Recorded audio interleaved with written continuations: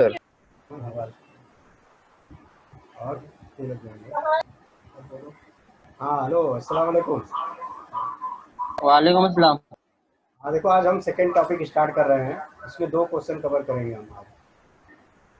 हाँ, टॉपिक का नाम है सोर्सेस ऑफ कॉर्पोरेट फाइनेंस।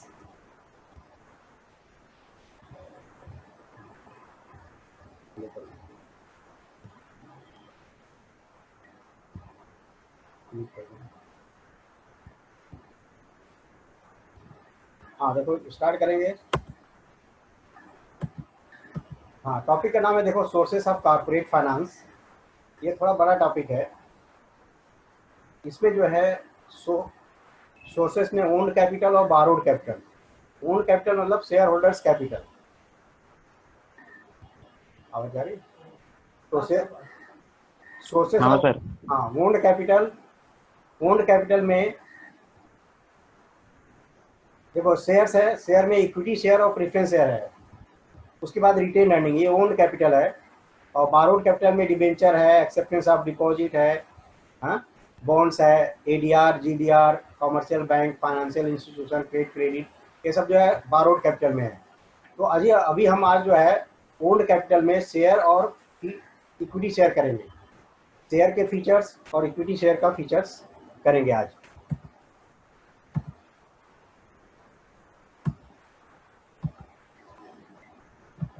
देखो, इंट्रोडक्शन है थोड़ा सा, इसको समझ लेना खाली ये, क्योंकि पहले टॉपिक में भी यही एक्सप्लेन किए थे। Finance is the life blood of any business organisation. Finance has hold the key to all business activity. Finance जो है हर एक बिजनेस एक्टिविटी का जो है क्या है, चाबी है। ऑल फंक्शंस ऑफ बिजनेस और अल्टीमेटली डिपेंड अपॉन फाइनेंस। जितनी भी कंपनी है, जितना भी ऑर्गेनाइजेशन है, उनका कामकाज किसके ऊपर डिपेंड करता है? फाइनेंस के ऊपर करता है। Capital formation is the process of collecting capital from various sources according to the financial plan. हर ऑर्गेनाइजेशन अपना एक फाइनेंशियल प्लान बनाता है, उसके तहत जो है वो कैपिटल वेरियस सोर्सेज से कलेक्ट करता है। तो वही सोर्सेज हमको पढ़ना है आज। ये joint stock company collect huge fund through different sources. अलग अलग सोर्सेज से वो जो है कैपिटल कलेक्ट करते हैं। These various sources of finance available to business may be explained with the following chart.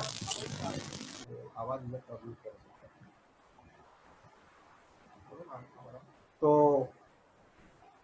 Joint stock company collect his capital through different sources, और ये सोर्सेस जो है हम फॉलोइंग चार्ट्स में देखेंगे कि वहां से जो है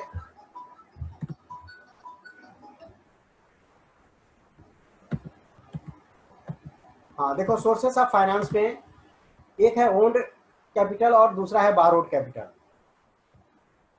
ओन्ड कैपिटल में शेयर्स, रिटेन अर्निंग आता है, और बारोड कैपिटल में debenture, public deposit, bond, ADR, GDR, bank, financial institution, trade credit. तो शेयर्स में 2 तरह का हुआ, equity share and preference shares. ये देखो, इक्विटी शेयर और प्रेफरेंस शेयर दोनों के फीचर्स जो है बहुत ही इंपॉर्टेंट है। ये क्वेश्चन हमेशा आता है, इसको अच्छे से कर लेना। और मैंने जो है जो लेक्चर दे रहा है उसका नोट भेजेंगे, वो बहुत ही आसान लैंग्वेज में बनाया हुआ है। तो आगे देखो, हम आज शेयर्स के बारे में ही पढ़ेंगे, फीचर्स ऑफ शेयर और फीचर्स ऑफ इक्विटी शेयर। तो देखो, क्वेश्चन है what is share, explain its features. तो मीनिंग ऑफ शेयर क्या है? जब रजिस्ट्रार ने हमको परमिशन दिया कि तो आप इतना कैपिटल जो है पब्लिक से कलेक्ट कर सकते हैं, तो उस टोटल कैपिटल को नंबर ऑफ शेयर होल्डर से डिवाइड करेंगे तो एक पार्ट आता है, एक शेयर का दाम आता है। तो मीनिंग ऑफ शेयर में देखो लिखा हुआ है, the total capital of the company divided into small parts and each part is called share. हर एक पार्ट को हम क्या बोलेंगे? शेयर बोलेंगे। The value of each part या each unit of share is known as face value. एक share का जो दाम होता है वो जो है फेस वैल्यू कहलाता है, स्टार्टिंग प्राइस का। Share is a small unit of capital of a company. Company का सबसे स्मॉलेस्ट यूनिट क्या है? शेयर है। तो share is the small unit of capital of any company. The person who purchase the share of the company is known as share holder और member of the company. समझो किसी company का अगर हमने शेयर परचेज कर लिया तो हम उस कंपनी के क्या हो गए, शेयर होल्डर हो गए, मेंबर हो गए. शेयर होल्डर का मतलब होता है हमारा कंपनी में हिस्सेदारी, हम उतनी मिल्कियत के हम उस कंपनी के मालिक हैं. तो person can purchase any number of share as he wishes, जितना वो शेयर चाहेगा उतना जो है वो खरीद सकता है, कोई बाउंडेशन नहीं है. अगर हम किसी कंपनी का 10 शेयर परचेज करना तो चाहते हैं तो 10 शेयर परचेज करेंगे, 1000 परचेज करना चाहे तो 1000 परचेज करेंगे. It is depend upon the member as he wishes. तो ये मीनिंग बहुत ही आसान दिया हुआ है. The total capital of the company divided into small part and each part is called share and the value of each part या each share is known as face value. उसको फेस वैल्यू बोलते हैं. Share is the small unit of capital of a company. A person can purchase any number of share as he wishes. A person who purchase shares of company is known as shareholder or member of the company.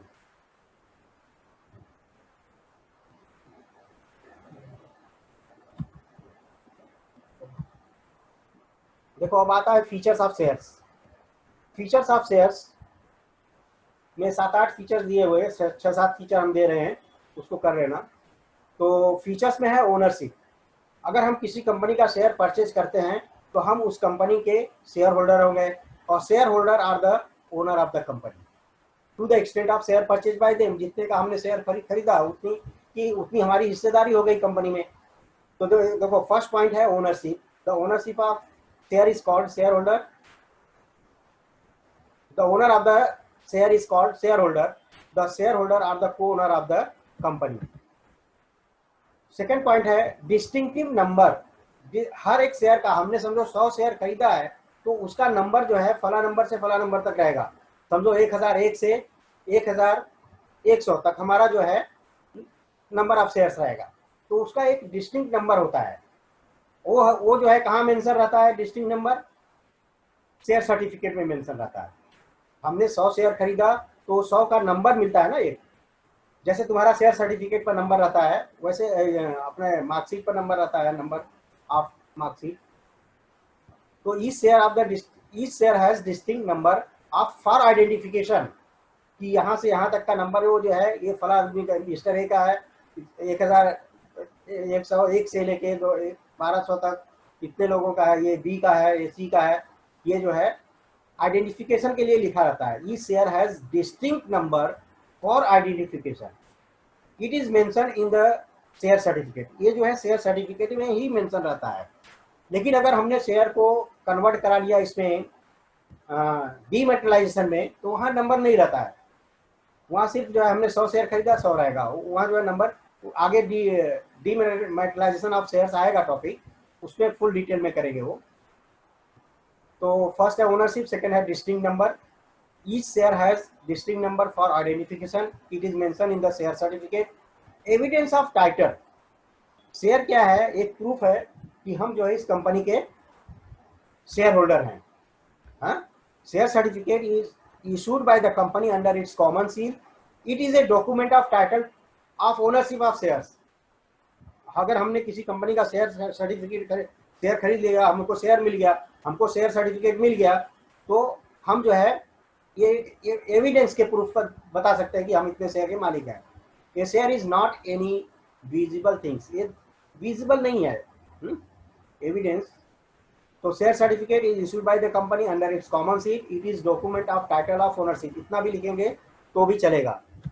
उसके बाद है next number है value of shares.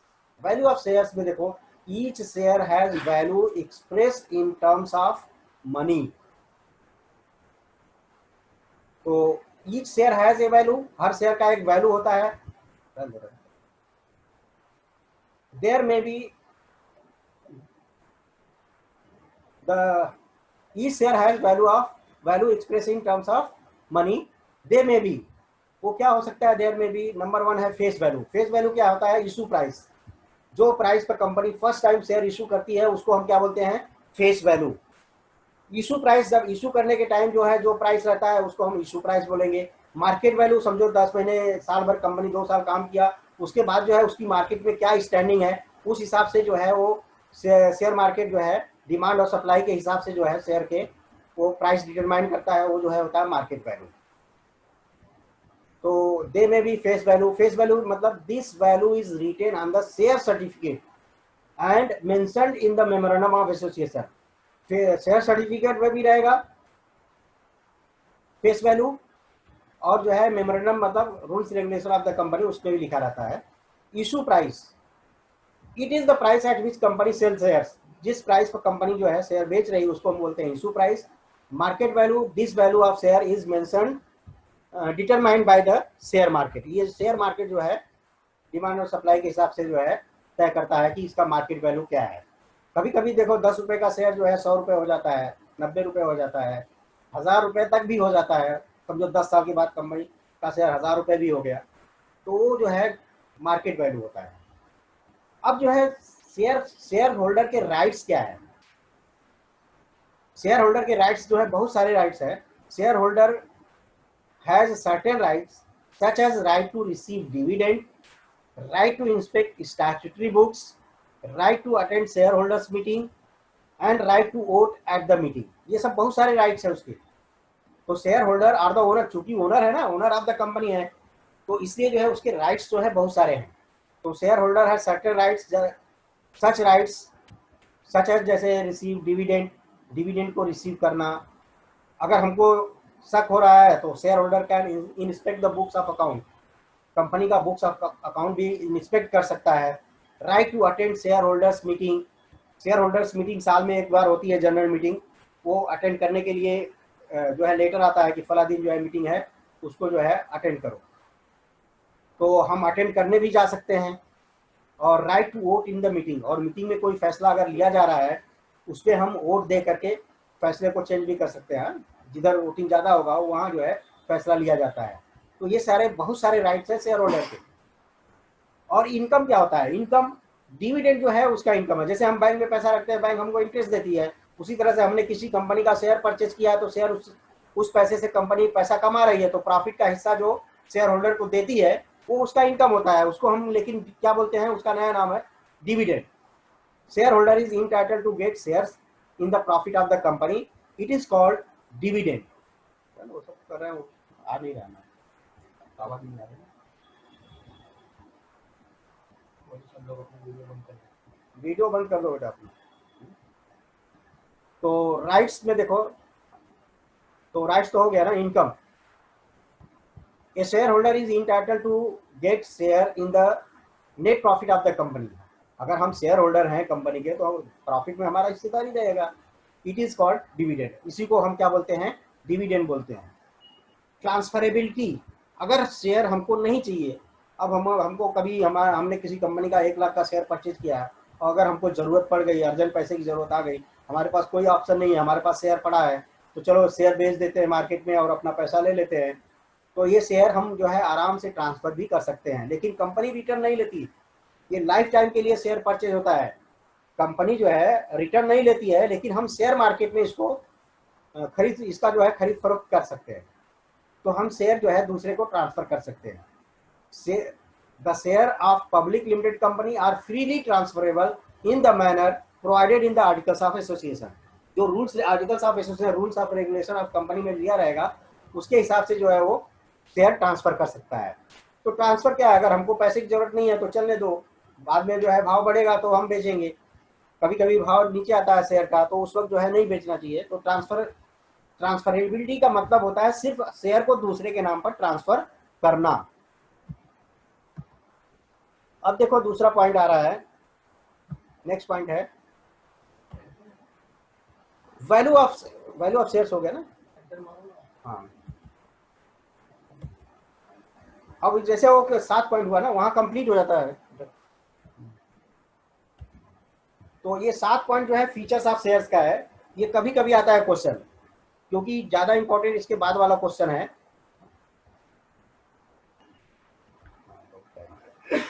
तो देखो इसको थोड़ा सा एक बार और समझ लो, खाली पॉइंट समझा रहे हैं।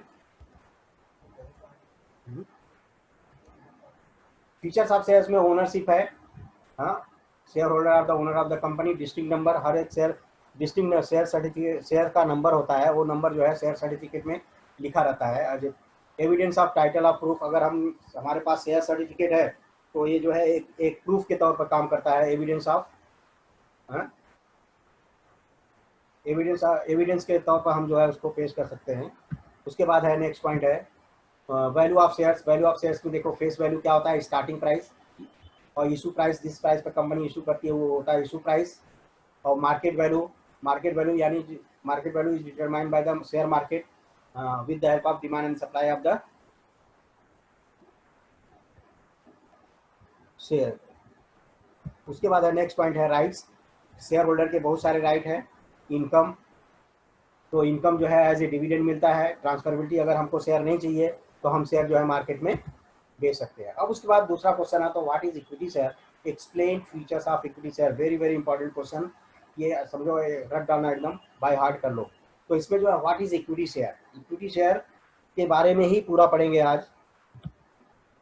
उसके बाद देखो थोड़ा सा मीनिंग लिखना आप लोग, बस मीनिंग इतना ही हमने दिया है, टेक्स्ट बुक में बहुत ज़्यादा है, तो मीनिंग इतना भी लिखे तो बहुत काफ़ी है, इससे ज़्यादा नहीं लिखने का। तो मीनिंग में देखो दिया है equity share are also known as ordinary shares. Companies act 2030 defines equity share as those share which are not preferential share. जो प्रिफरेंशियल नहीं है, इसको कोई प्रिफरेंशियल राइट नहीं है, ये ऑर्डिनरी शेयर्स है। इसको हम रिस्क शेयर भी बोलते हैं। अगर कंपनी ने अच्छा पैसा कमाया तो अच्छा डिविडेंड देगा, नहीं कमाया तो नहीं भी दे सकता है, जीरो भी हो सकता है डिविडेंड हमारा। तो इसलिए equity share are also known as ordinary share. A companies act defines equity share as those share which are not preference share. एकदम आसान वर्ड है, सेंटेंस है। The above definition reveals that, above definition से क्या मालूम पड़ रहा है, equity share do not enjoy preference for dividend. सबसे पहले डिविडेंड जो है प्रेफरेंस शेयर होल्डर को मिलता है, उसके बाद जो है इक्विटी शेयर होल्डर का नंबर आता है। प्रेफरेंस शेयर होल्डर का डिविडेंड फिक्स है, उतना डिविडेंड बांटने के बाद अगर ज्यादा बचा तो ज्यादा डिविडेंड मिल सकता है इक्विटी शेयर होल्डर को, कम मिला तो कम मिल सकता है। तो equity share do not enjoy preference for dividend, dividend के लिए इसको कोई प्रेफरेंशियल राइट नहीं है। और दूसरा पॉइंट है equity share also do not have priority for repayment of capital at the time of winding up of the company. अब समझो कंपनी डूब गई और कंपनी जो है बंद हो गई, वाइंड अप हो गई। वाइंड अप का मतलब कंपनी क्लोज डाउन हो जाना। कंपनी क्लोज हो गई तो कंपनी अपनी प्रॉपर्टी बेच करके सबसे पहले पैसा बैंकों को देगा। उसके बाद जो है प्रेफरेंस शेयर होल्डर का आएगा, एकदम लास्ट वैल्यू, रेसिडुअल, सबसे लास्ट क्लेम जो है किसको मिलता है, इक्विटी शेयर होल्डर को। तो equity share holder do not have priority for repayment of capital at the time of winding up of the company. ये दो पॉइंट है। इक्विटी शेयर होल्डर को प्रेफरेंशियल राइट नहीं है डिविडेंड के लिए भी, और दूसरा प्रेफरेंशियल राइट अपना कैपिटल वापस लेने के लिए भी नहीं है। तो above definition reveal that the equity share do not enjoy preference for dividend, the equity share do not have priority for repayment of capital at the time of winding up of the company. अब इसके बाद आता है features. Features of equity share.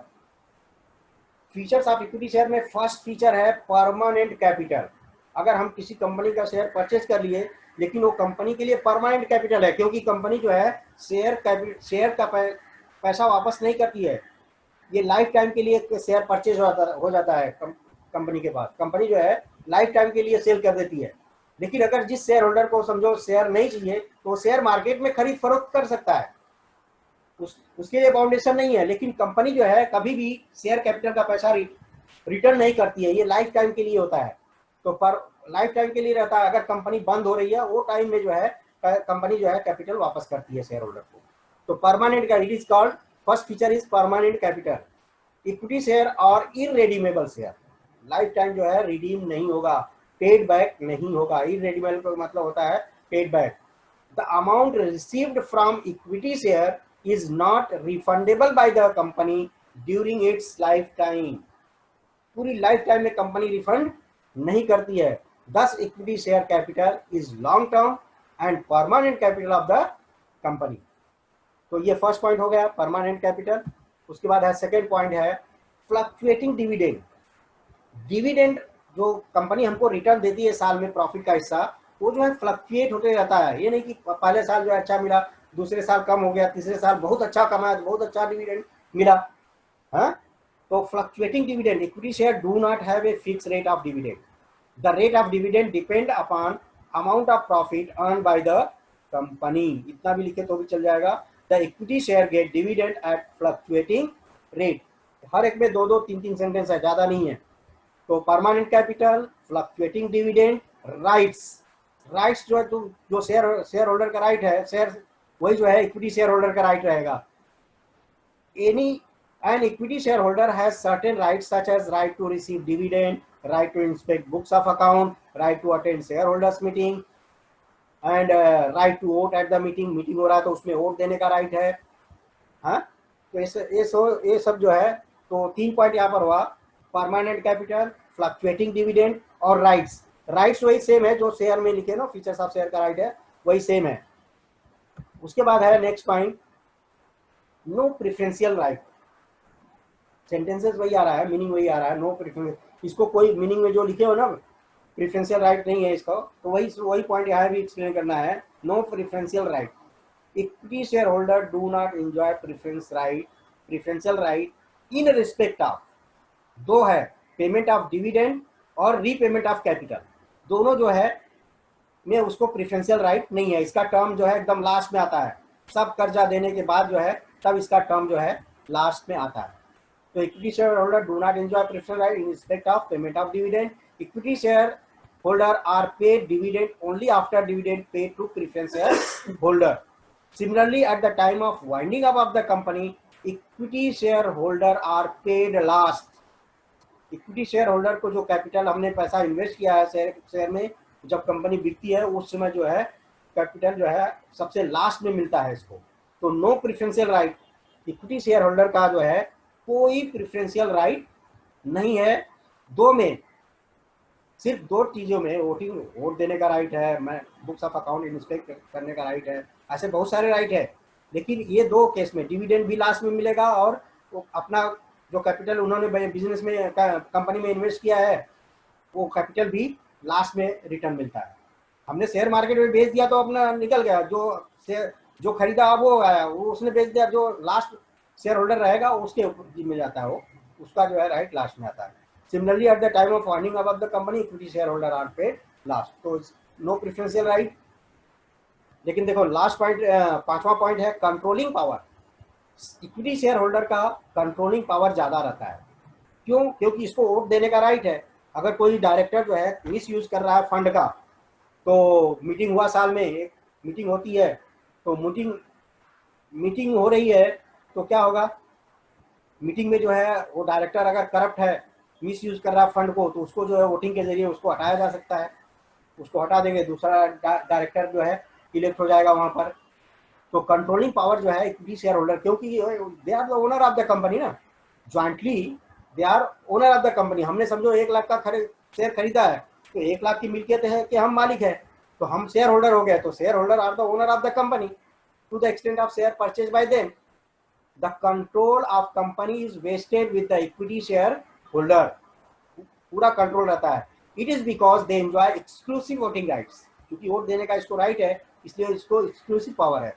Bye exercising voting right they can participate in management and affairs of the company. Management के कामकाज में वो हिस्सा ले सकता है क्योंकि इसको एक्सक्लूसिव वोटिंग राइट है। दस equity share holder enjoy control over the company के ऊपर इसका जो है अच्छा कंट्रोल रहता है। तो नो प्रिफरेंशियल राइट यहाँ हुआ और कंट्रोलिंग पावर हो गया। उसके बाद है रिस्क कैपिटल। ये जो है सबसे ज़्यादा रिस्की कैपिटल है। अगर समझो हमारा पैसा जो है डबल तिबल भी हो सकता है और जीरो भी हो सकता है, नहीं के बराबर भी मिल सकता है। अगर जिसको अच्छा पैसा कमाना है they invest in equity share, और जिसको एक लिमिटेड अमाउंट चाहिए तो जो है प्रेफरेंस शेयर खरीदेगा, क्योंकि उसको वहाँ पर डिविडेंड रेट फिक्स रहता है।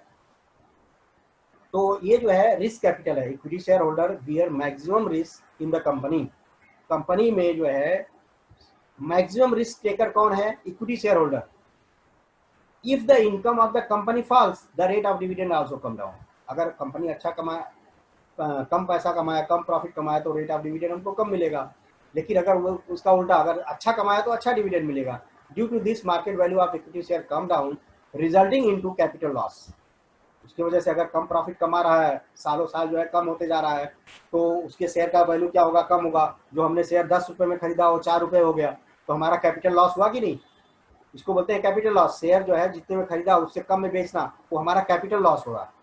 तो due to this market value of equity share come down resulting into capital loss. Equity share holder और मेन रिस्क टेकर जो है कंपनी में, जो है सबसे ज्यादा रिस्क टेकर कौन है, equity share holder. No charge on asset, ये नहीं भी लिखेंगे तो भी चल जाएगा, लेकिन ये छोटा है पॉइंट इसलिए दिया है। The equity share do not create any charge over assets of the company. Company share issue करती है तो शेयर होल्डर से कोई जो है प्रॉपर्टी मोर्गेज नहीं कराती है। अगर कोई कंपनी जो है डिवेंचर इशू कर रहा है तो रजिस्ट्रार ऑफ कंपनी बोलेगा जितना तुम डिवेंचर इशू कर रहे हो उतनी की प्रॉपर्टी हमारे पास मोर्गेज करो, तब हम परमिशन देंगे आपको से डिवेंचर इशू करने का।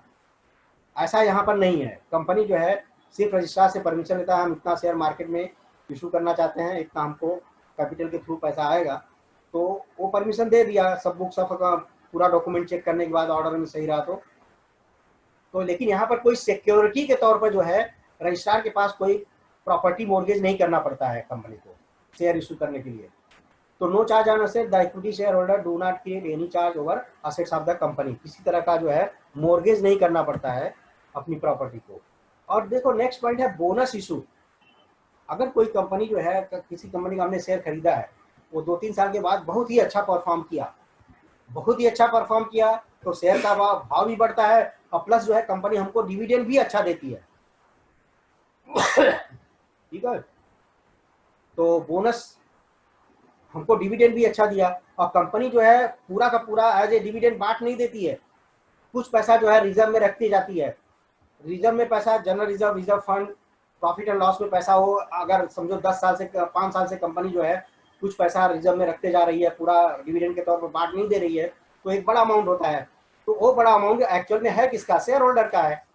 तो इसीलिए ये लाइबिलिटी साइड दिखाते हैं, general reserve, reserve fund liability side इसीलिए रहता है, ये जो है कंपनी के ऊपर लाइबिलिटी है, ये शेयर होल्डर का पैसा है। तो अगर कंपनी कभी बिजनेस एक्सपांड करना चाहती तो वहां प्लाउइंग बैक कर सकती है अपना profit, ploughing back of profit. लेकिन अगर company ploughing back of profit नहीं कर रही है तो वो अपना ही वो उससे क्या करेगी, अपने नाम के लिए कंपनी क्या करेगी, बोनस शेयर इशू करती है। बोनस शेयर मतलब फ्री ऑफ कॉस्ट। समझो कंपनी 2:1 के रेशियो में अगर दिया है, तो सीधा जो है अगर हमने 100 शेयर खरीदा कंपनी का, तो हमारे पास जो है 200 शेयर और आ गया, तो हम 300 शेयर के मालिक हो गए। तो bonus share are issued as a gift to equity share holder, कोई पैसा नहीं लेती है, फ्री ऑफ कॉस्ट। वो कहाँ से इशू करेगी, जनरल रिजर्व, रिजर्व फंड में रिटेन करके जो पैसा रखा हुआ है, वहां पर ज्यादा अमाउंट हो गया तो कंपनी जो है फ्री ऑफ कॉस्ट जो है बोनस शेयर इशू कर सकती है। These shares are issued free of cost to existing share holder. अगर हम शेयर बेच दिए तो हम तो शेयर होल्डर नहीं रहे, जो हम एग्जिस्टिंग शेयर होल्डर है कंपनी के, उनको मिलता है। This benefit is available only to equity share holder. ये सिर्फ इक्विटी प्रेफरेंस शेयर होल्डर और डिबेंचर होल्डर में सबको नहीं मिलता है। ठीक है, तो बोनस इशू सिर्फ इक्विटी शेयर होल्डर को ये फैसिलिटी अवेलेबल है, इसलिए ये रिस्क कैपिटल भी है और ज्यादा प्रॉफिटेबल भी है और रिस्की भी है। उसके बाद देखो नेक्स्ट है face value. Face value of equity share is low. Equity share का जो फेस वैल्यू होता है वो 1 रुपए भी होता है, 10 रुपए भी होता है, उससे ज्यादा नहीं रख सकते। हाँ, उसका मार्केट वैल्यू जो है 1 रुपए का शेयर जो है 1000 रुपए भी हो सकता है। समझो 20 साल पहले कंपनी ने 1 रुपए में शेयर इशू किया था, आज अगर कंपनी अच्छा परफॉर्म करते हुए 20 साल से आ रही है तो 1 रुपए का शेयर 1000 रुपए भी हुआ है। हाँ? तो the face value of equity share is low, it can be generally 10 rupees और 1 रुपी। ये जो है फेस वैल्यू होता है, जो शेयर सर्टिफिकेट पर फेस वैल्यू ही लिखा रहता है, मार्केट वैल्यू लिखा नहीं रहता है। तो दूसरा है market value. Market value of equity share fluctuates according to the demand and supply of these shares. Demand and supply of shares के ऊपर, कंपनी के परफॉर्मेंस के ऊपर जो है मार्केट वैल्यू जो है चेंज होते रहता है, फ्लक्चुएट होते रहता है। देखो कभी टीवी अगर ओपन करते हो तो कभी टीवी में नीचे जो है चलते रहता है वो शेयर मार्केट का, आज शेयर का कौन से कंपनी का शेयर का भाव क्या है, वही मार्केट वैल्यू होता है। The demand and supply of equity share depend upon the profits earned and dividend declared. ये जो है पूरा का पूरा प्रॉफिट कमाने के ऊपर है और डिविडेंड डिक्लेयर के ऊपर है। When the company earns huge profit, market value of its share increases.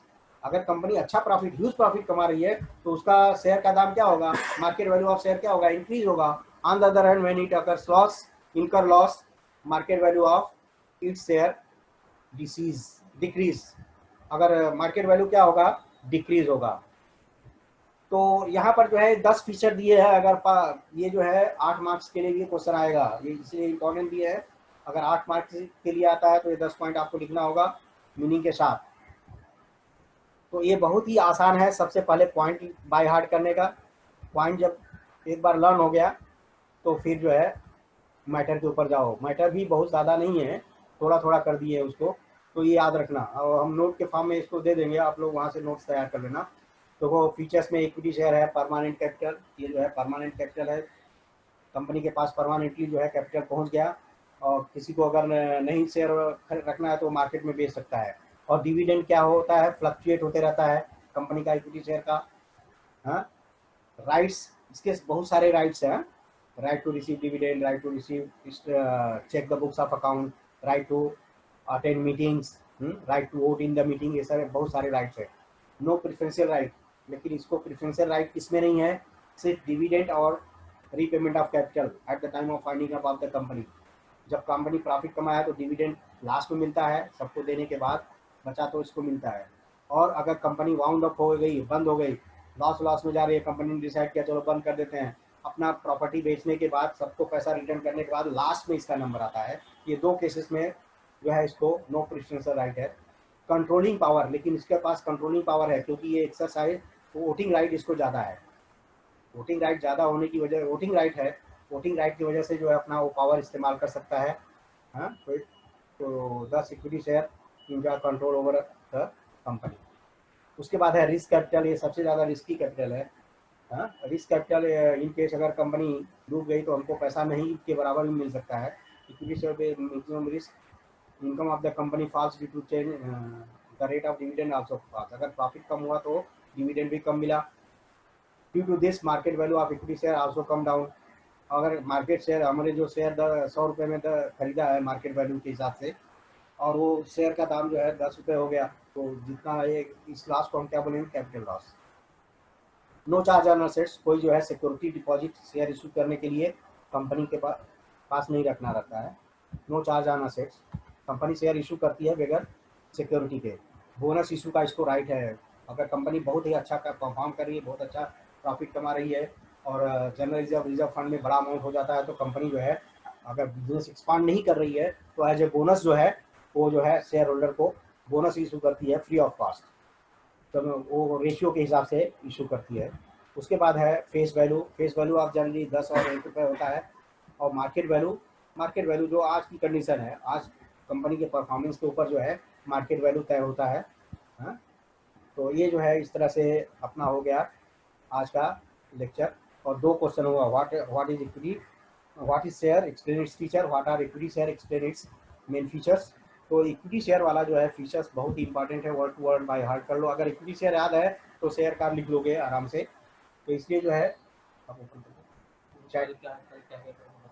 हाँ, कल जो है हम जो है करेंगे व्हाट इज प्रेफरेंस शेयर और its types of preference shares. परसों परसों करेंगे ना? परसों हाँ, कल के नहीं, परसों करेंगे 12 बजे ही।